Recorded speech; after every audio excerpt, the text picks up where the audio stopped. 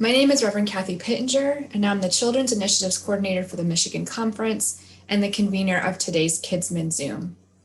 Today we'll be talking about trauma-informed ministry. We welcome our presenter, Reverend Christy White. Christy is the Youth Ministries Initiatives Coordinator for the Michigan Conference and has years of experience and wisdom around trauma-informed ministry and training. This is part one of a two-part series. Thank you for joining, and I'll turn it over to Christy. Thanks, Kathy. So a lot of you know me from my job here at the conference, but before I came to Michigan, my background is in social work and psychology. So this was kind of the field that I worked in the most when I was in my previous state of Oklahoma. Although at the time we didn't understand ACEs and the things that we're talking about in the same ways, we did try to talk about them and we did understand that lasting impacts. So our session together today is just going to be the kind of 101 primer of trauma. What is trauma? What does it mean? Why do we care? Those kinds of questions. There will be some very awkward parts of today's presentation. So I invite you to be uncomfortable in the discomfort. If you need to turn off your video because you're just like not needing to be observed while you're processing, we don't have any shame around that. And also I want you to take the time that you need to process the information that I'm giving, and understand that if this is new to you, it's going to take you longer to process. If this is just a review, go ahead and embrace some of the new things that you might learn today. But it'll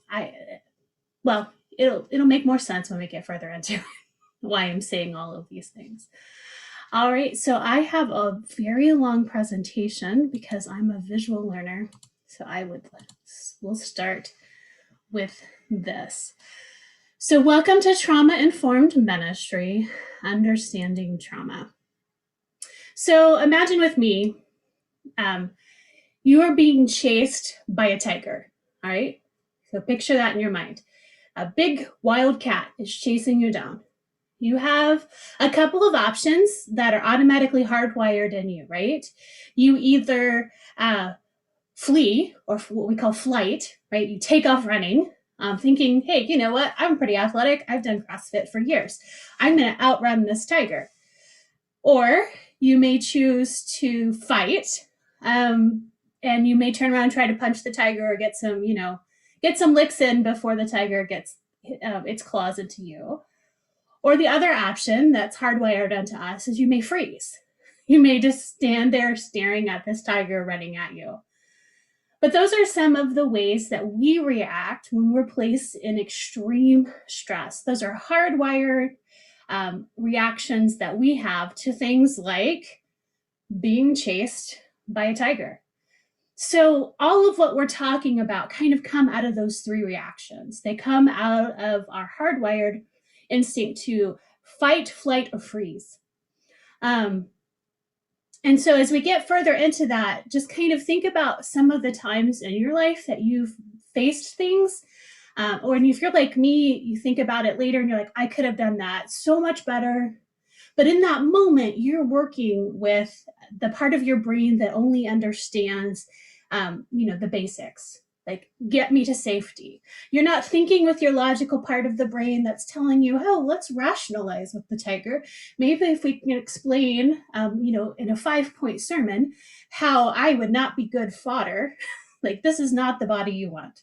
The tiger will leave me alone. No, this is not what we're dealing with. We're dealing with the part of the brain that's just survival. So we're no longer being chased by a tiger. We can breathe in this moment and talk about what is trauma. Trauma is that physiological and psychological response to any kind of deeply upsetting or threatening situation. These can be things like child abuse, neglect, a one-time or sudden event like a car accident, ongoing adversity in the home or in school, like discrimination or bullying, or poverty, community violence around. Those are all things that experts agree are trauma-inducing events.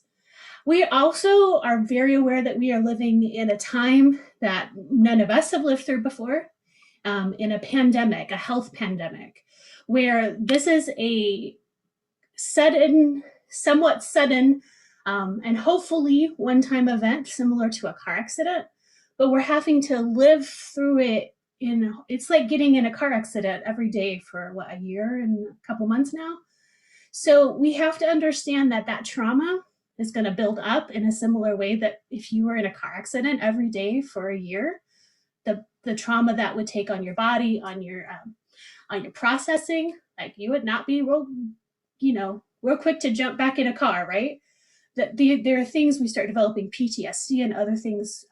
So we have to understand that we're also dealing with that on top of the regular, quote unquote, regular things we consider trauma inducing. So that's what makes this time even more complicated. All right, so, okay, yeah, I can't see my little slider thing, so I don't know how many slides I'm advancing. So one of the things I wanted to talk about is the way that we process behavior, whether it's in ourselves or as we watch things happen when we're in a classroom. So the first thing that happens is the event happens. It could be a good event, like celebrating a birthday. It could be an event like getting a grade on a page. It could be an event that we are not aware of and we cannot see. Somebody has a headache. Somebody's stomach is upset. Someone is reliving some trauma that we can't see and process along with them. So we have the event. So the next step in the event is we think about the event, right? There's some cognitive processing going on about whatever number one is, right? And then number three, we start feeling the event. And then four, we see the behavior from the event. So for example, if someone starts yelling at you in a grocery store, you didn't get to see 1, 2, and 3. You're only seeing 4. Like, what prompted this person to decide I was the person they needed to yell at here in public, right? So you don't know what the event is. You don't know what they were thinking or how they're feeling. All you can see is the behavior. And so we only see that one element of the cycle that's happening. But this happens every time there is some sort of behavior. There's an initial event, we process it with our minds, we process it with our emotions, and then we see the behavior, whether it's in a classroom coloring pictures or it's people that we encounter in public. So this is how behavior works. And so we also know through child development, the experts tell us that our brains develop in different ways. Right? We're not born with a fully functioning brain with all the pathways that we need to make good life decisions at birth, right? That's a process that we go through where we develop the cerebellum, which is the first phase where we get the physical and the coordination and the sensory processing, synapses connected so they can start firing so we can learn how to walk and we can learn how to talk. And there are often things in early childhood that cause those things to be delayed. So we understand that all happens by creating neural pathways in the brain.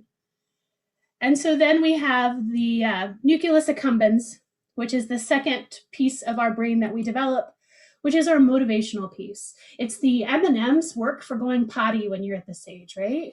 Like, go in the potty and I will motivate you with some M&M's or some Matchbox cars. It's that age. That's why we often talk about parents potty training too early.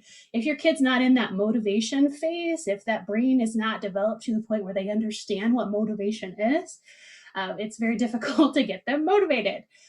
So this is the second layer of the brain that gets developed. The third one is the amygdala. It's the emotional impulse control part of the brain. This part of the brain we often see making large neural pathway connections during puberty, with that impulse control piece often being one of the last pieces that gets developed really well. But this is why we see, as we have preteens and teenagers, that there's these huge emotional changes.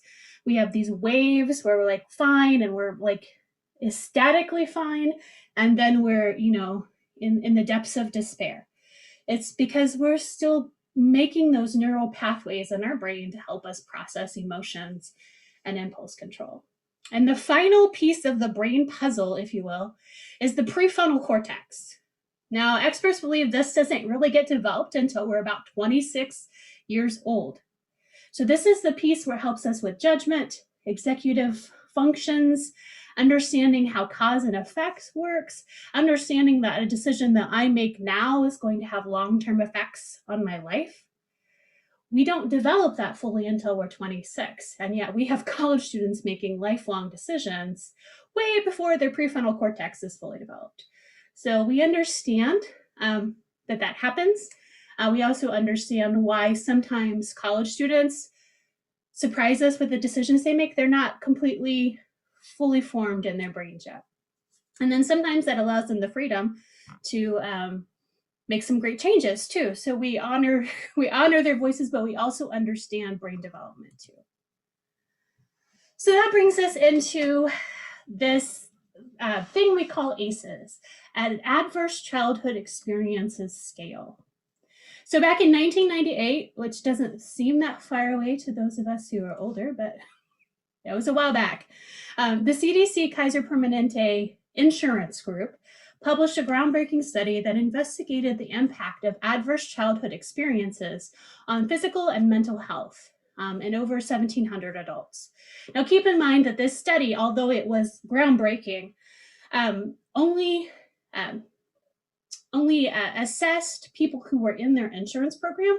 So we're talking about 1,700 prominently middle class, upper class individuals who had private insurance. So you'll see why that might have skewed the results in the long-term studies. But anyway, during this study, the adults were given a survey asking about the different types of ACEs that they'd experienced prior to the age of 18. And the study showed some dynamic and direct correlations between the adverse childhood experiences and future health implications. So we're going to explore some of that.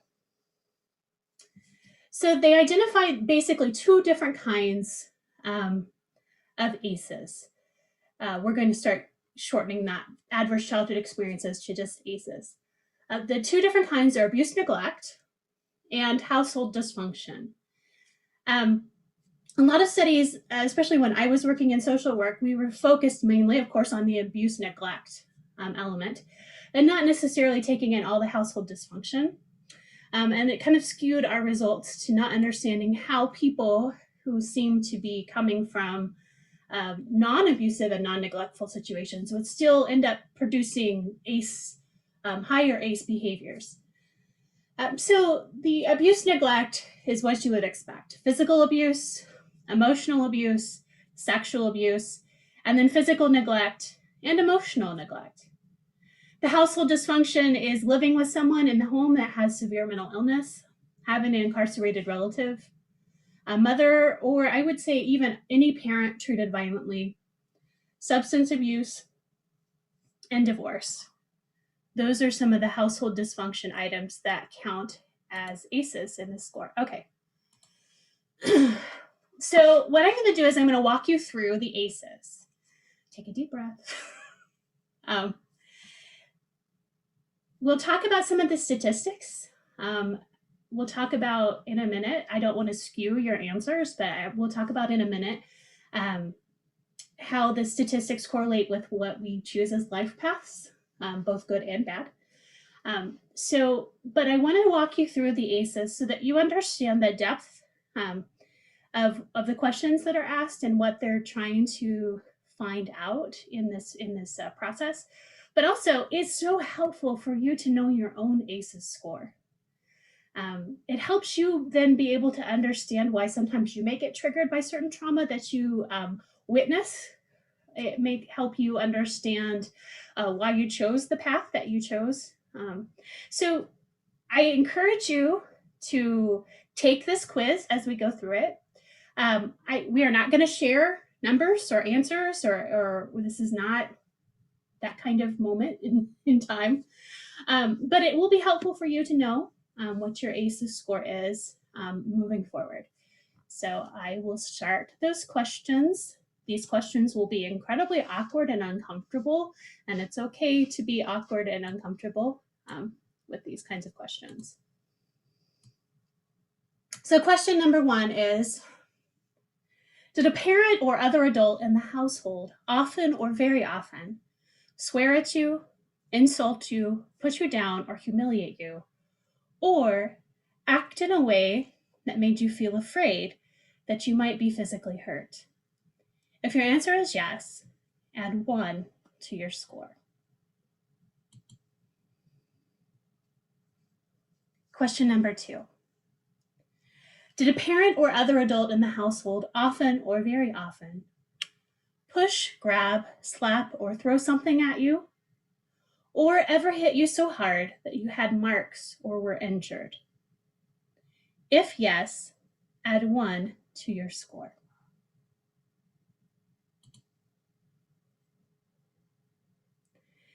Did an adult or person at least 5 years older than you ever touch or fondle you or have you touch their body in a sexual way? Attempt or actually have oral, anal, or vaginal intercourse with you? If yes, add 1 to your score.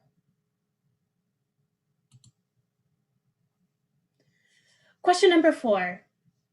Did you often or very often feel that no one in your family loved you or thought you were important or special? Or your family didn't look out for each other, feel close to each other, or support each other? If yes, add 1 to your score. Question number 5. Did you often or very often feel that you didn't have enough to eat, had to wear dirty clothes, and no one was there to protect you? Or your parents were too drunk or high to take care of you and take you to the doctor if you needed it? If yes, add 1 to your score. ACES question number 6. Were your parents ever separated or divorced? If yes, add 1 to your score. Question number 7. Was your mother or father or stepmother or stepfather often or very often pushed, grabbed, slapped, or had someone throw things at them? Sometimes often or very often kicked, bitten, hit, I can't read my own screen, hit with a fist, or hit with something hard? Or ever repeatedly hit at least a few minutes or threatened with a gun or a knife? If yes, add 1 to your score. Question number 8. Did you live with someone who was a problem drinker or alcoholic or who used street drugs? If yes, add 1 to your score. Question number 9. Was a household member depressed or mentally ill, or did a household member attempt suicide? If yes, add 1 to your score. Final question. Did a household member go to prison? If yes, add 1 to your score. As you're adding up your scores, I want you to take a deep breath. Even if your score isn't high, just understanding that there are people who are living through that kind of trauma is a little traumatizing. So I encourage you to just take a deep breath in this moment and realize that you are not alone. Studies have shown that people who work with elementary age through youth students have higher than anticipated ACEs scores. And the reason for that is often the fact that they were not protected. They did not feel safe as children. And so they feel a calling to make other children feel safe, to make sure that other children have a safe adult and have a place where they can voice their concerns. And so if you find yourself with a higher ACEs score than you anticipated, please know that you are not alone. That's pretty common in people who work with children and youth.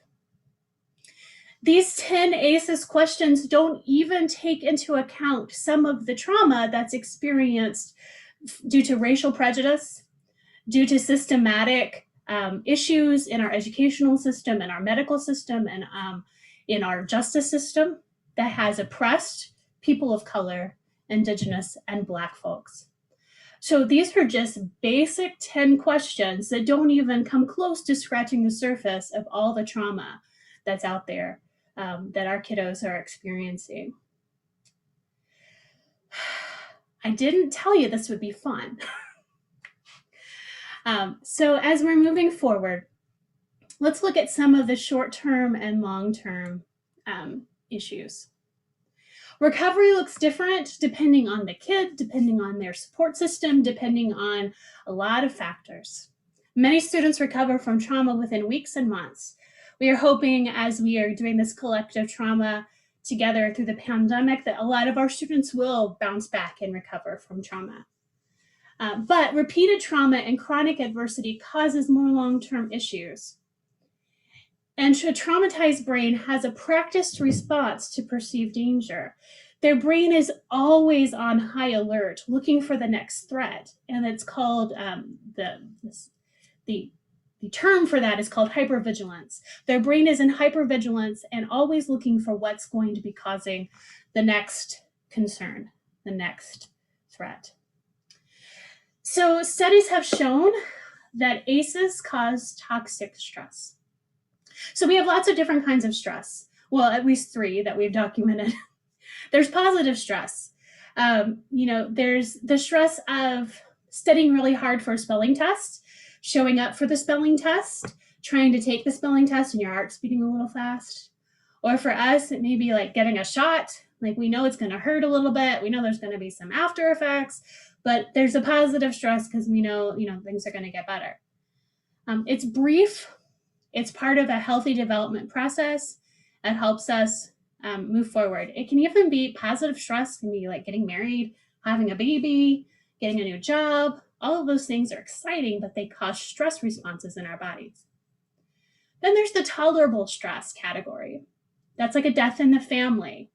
It's a little more severe, but it's often buffered by adult support. A lot of times when a child loses someone that's close to them, they find that a lot of adults are there to help them through the process.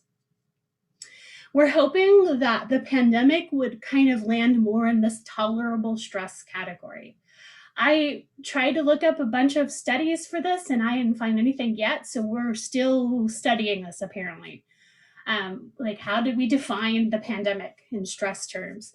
My guess would be it's going to be somewhere in the tolerable stress to toxic stress category, but I would hope for most of our families and for us that it lands in this tolerable stress. It's a little more severe, but we're finding support around us and we're finding our way through it.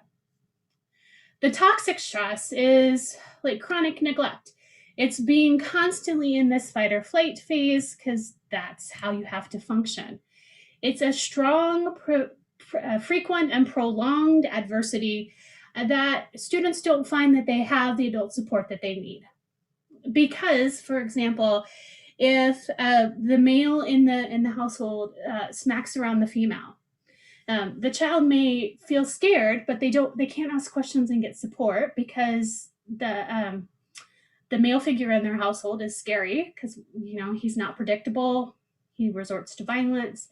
And then the female, probably our mother or some motherly figure, is obviously embarrassed that this happened and that she's feeling a lot of things. So we don't really want to compound her issues. And so kids often find they don't have any adult support. They try to process what's happening. And these are big things that are happening to them, and they're trying to process them with their brains that aren't fully formed. And they don't have an adult to help them see the perspective of, well, yeah, this isn't really your fault. And so that's where we hear a lot from kids that they internalize it. Well, this happened because I was bad, or this happened because I forgot to take my boots and to school and the teacher called my mom.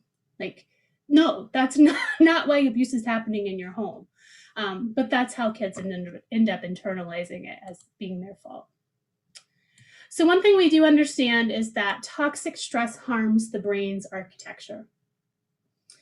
Children's brains that are constantly bathed in that fight or flight or freeze response start to wire differently. Neutral facial expressions may be interpreted as threatening. One of my favorite stories is, imagine there's a girl sitting at a table and she has a really pretty dress on, and one of her good friends comes by and wants to talk to her about that pretty dress, but she's kind of just looking at it and admiring it. But the girl at the table is bathed in these constant fight or flight hormones, and her brain has been wired to interpret that little bit longer than usual casual glance is potentially threatening. So she responds to her friend not saying anything, just standing there looking at her, by jumping up out of her seat and pushing her down. You know, as the teachers or the educators, were like, whoa, we've got to take care of that behavior. But we don't understand where that behavior came from. And so often our systems are set up that we discipline that behavior, right? We take care of that behavior by discipline and punishment, not recognizing that the child only responded because she was never helped to understand that people can look at us and it doesn't mean they're going to hurt us. And we can help in this process, which in part 2, we'll talk a whole lot more about this. And I'm just kind of giving you a taste of what's going to happen in June. As how do we become that safe place that help children rewire and understand that they are in a safe space. So fewer connections grow in the reasoning section of the brain when they're constantly bathed in these fight or flight hormones. We see it in weaker impulse control, shorter attention spans. Now, I don't want to make blanket statements, but sometimes what we see in a classroom that looks like ADHD behavior is often trauma behavior. And so we don't always understand that. So again, back to the behavior circle of 1, 2, 3, 4, we're only seeing number 4. And part of our diligence in being a safe space will be to look at figuring out 3 and 2 and opening up and allowing there to be some talk about those things. So at the bottom, these 2 little pictures that look really funny are 2 brains. So on the left is your typical 3-year-old's brain. The neural connections are going everywhere. They're, literally looking as excited as a 3-year-old jumping up and down off the walls, right? The neural connections are just so excitable, and they're looking for new pathways and new ways of making those connections in the brain as they learn all these new things. The one on the right is a 3-year-old's brain who has been experiencing trauma throughout their life. You see the neural connections are smaller. They're less frequent. They're more hardwired than some of the neural connections in the other 3-year-old brain.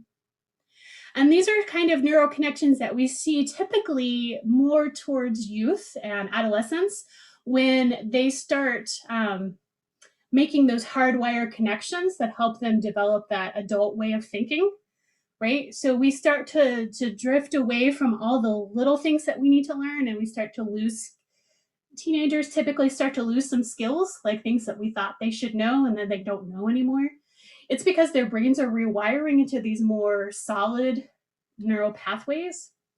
And so that's normal in an adolescent brain.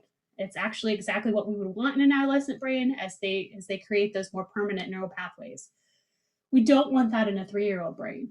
A 3-year-old brain should be still excitable and over here learning and restructuring and taking in all new information. So what this tells us is that this 3-year-old here on the right is going to have problems then as they move forward because they're not being able to make the same amount of neural pathways as the other 3-year-old. But in addition, those neural pathways that are hardwired are typically neural pathways that help them in the fight or flight moment, not in upper level reasoning skills, not in upper level language and math skills. Those are the keep myself safe pathways, and those are hardwired. So that's kind of how we understand that this kind of trauma affects little brains as well as big brains, but especially during the under 18 years, it definitely changes the way children develop. It also changes the way the rest of the body works too. Chronic stress sends white blood cells into overdrive with chronic inflammation. And it also starts developing what we call addictive behaviors, unhealthy responses to chronic stress are like smoking, alcohol, drug abuse. We're just trying to make that stress numbed. We're just trying to make that trauma feel a little bit better. So we're self-medicating in ways that aren't healthy to our bodies. I didn't, well, maybe I did. I was gonna say, did I grab that graphic? Well, let's look at the signs of trauma first.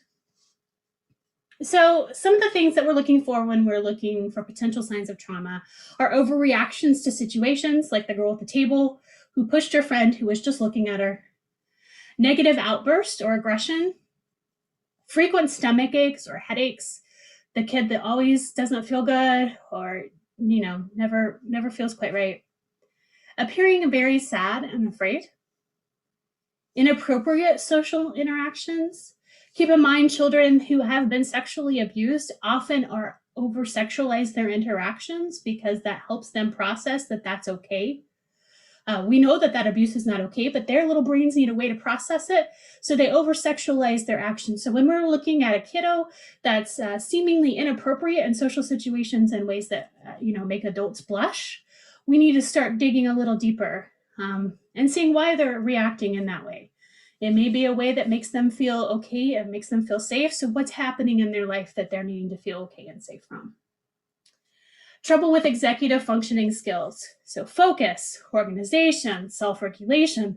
These are all things that right now we're probably all struggling with because we're dealing with that constant trauma of the pandemic, right? So our executive functioning skills are probably not at their peak in this moment, if we're honest.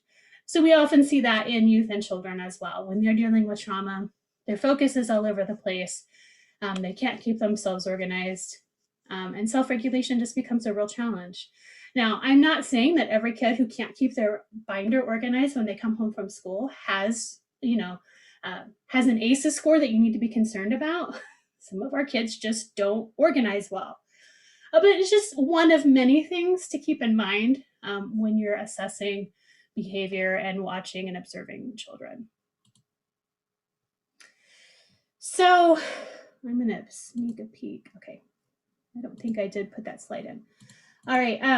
So one of the things that happens when we have higher ACEs scores is that, for example, if you have high cholesterol, your chances of having a heart disease are about 39% higher than everyone else.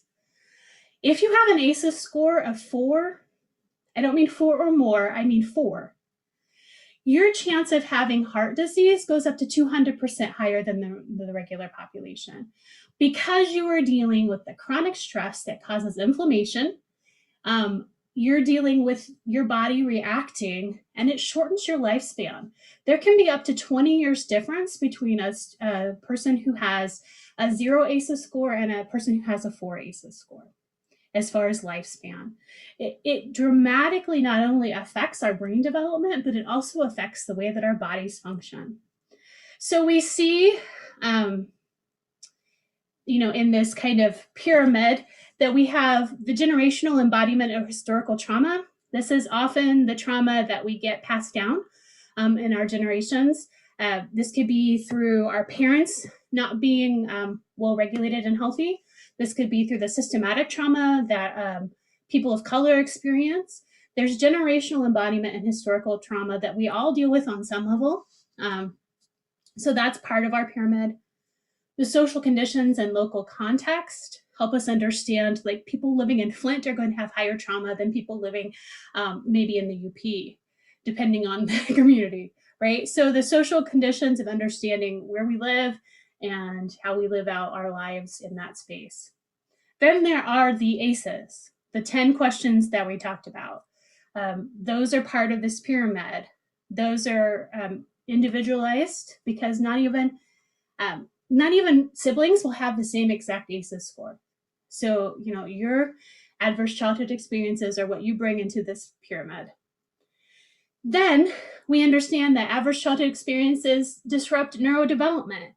So not only is that a cause and a consequence of all of these issues of trauma, that also can play out differently, right, as we move forward. So if we're struggling in school and we don't make good grades, and then we don't get into a good college, and You see where I'm going with this, right? Our disrupted neurodevelopment carries on throughout life. The social, emotional, and cognitive impairments that happen when we don't develop and understand how to function in society in ways that others do. If I am used to seeing women battered, that's my normal, then I'm not going to react the same way to child abuse around me as other people will, because that's normal for me. So understanding that the social cues and the emotional cues, we carry those with us. And then we often adopt a health risk behavior. So like I said, the self-medicating, trying to make the stress go away, that can contribute. And then also we have the disease, disability, and social problems. And then that leads to early death. So you see how this pyramid influence of health and well-being influences throughout our lifespan can really play out beyond the classroom that we're dealing with into the long term. So often if you have a child that has a lot of ACEs, you're typically going to have more historical trauma. So you may be dealing with parents who are dealing with all of this as well, and grandparents. So you have a system set up in that family unit that's not allowing there to be the freedom of being outside of these trauma experiences. So it compounds and it builds. So, like I said, it has a lasting effect. We see depression, anxiety, and suicide and PTSD levels are much higher with the higher ACEs scores. Sometimes we have unintended pregnancies and pregnancy complications, infectious diseases due to risky behaviors, chronic diseases, again, due to the inflammation, the risky behaviors of alcohol, drug abuse, unsafe sex, and then the educational opportunities. Again, if you're struggling to get enough to eat on a daily basis, your focus is not going to be on that spelling test and on your grades, right? Your focus is going to be on survival. So we have correlated the experts have correlated direct connections between higher ACEs scores and lower educational success. And so just keeping that in mind when we're talking about trauma. And now that, again, I don't want to harp on this, but it's part of the reason we're together today, we have that additional layer of the trauma of the pandemic. So some of our kiddos and families that may have been kind of surviving and functioning are no longer surviving and functioning. They've been pushed over into that toxic stress system. And so they're now increasing their ACEs scores over this next year because they were already at the limit and this has just pushed it. All right, so now what? Yes, this is a lot, and I'm not ending it on a particularly exciting and happy note, and I recognize that. So what do we do now? I encourage you to take some time. I don't know if you have that time today or this week or even this month, but process anything that came up for you today. Recognize that we all have some level of trauma in our life, and that is not a shameful thing. You know, that a lot of those traumas happened to us before we were able to make cognitive decisions to get ourselves out of those places. So process your trauma, recognize it, how it can be transformative.